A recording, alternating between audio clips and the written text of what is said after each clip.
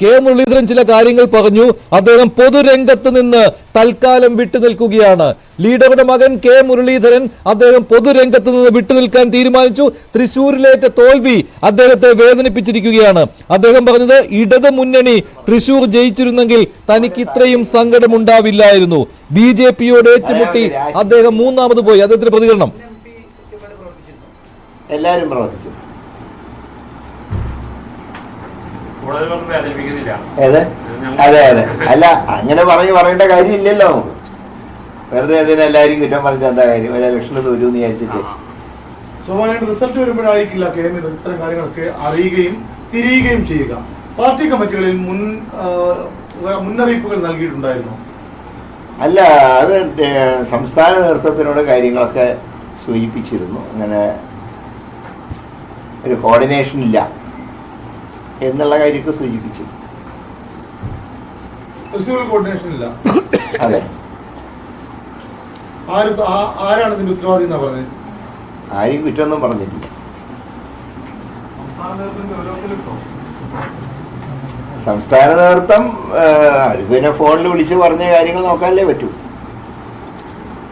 മുരളിയേട്ടനെ പോലെ ഒരാളെ, അതായത് ഈ കോൺഗ്രസിന്റെ ഏറ്റവും നേരത്തെ പറഞ്ഞ പോലെ ഏറ്റവും മുന്നിൽ ഏത് ഫൈറ്റിന് മുന്നിൽ ഒരാളെ താൽക്കാലികമായിട്ടെങ്കിലും കോൺഗ്രസ് നഷ്ടപ്പെട്ടു. അതിനിപ്പോ എല്ലാ ഫൈറ്റും കയറി നിൽക്കേണ്ട കാര്യമില്ലല്ലോ. വെറുതെ ശത്രുത വിളിച്ച് വാങ്ങിച്ചിട്ട് കാര്യമില്ലല്ലോ.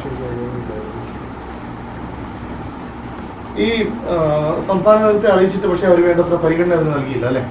അവര് വന്നു വിളിച്ചൊക്കെ പറഞ്ഞു, പക്ഷെ എന്നാലും ഉദ്ദേശിച്ച രീതിയിൽ നടന്നില്ല.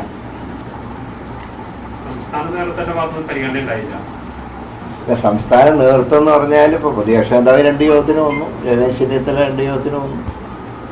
പക്ഷെ അന്ന് രമേശ് ചെന്നിത്തല എന്നോട് പറഞ്ഞു മാറണ്ട, വടകരയിൽ തന്നെ മത്സരിച്ചാൽ ഉറപ്പായിട്ട് ജയിക്കുമെന്ന് പറഞ്ഞു. ഞാൻ പിന്നെ ഒരു എന്താ പറഞ്ഞത്, പത്മജ പാർട്ടിയിൽ നിന്ന് പോയി ഇവിടെ എന്താ മല മറയ്ക്കാൻ പോകുന്നതെന്ന് പറഞ്ഞു. അപ്പൊ പിന്നെ ഒരു വെല്ലുവിളി ഏറ്റെടുത്തു, അത്രയേ ഉള്ളൂ. വടകരയിൽ തന്നെ എന്നാൽ ജയിക്കുമായിരുന്നു.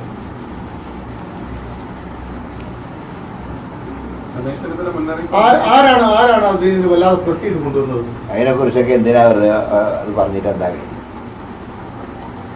ആരുമായിട്ടുള്ള ബന്ധങ്ങൾ അവസാനിപ്പിക്കുകയല്ലോ.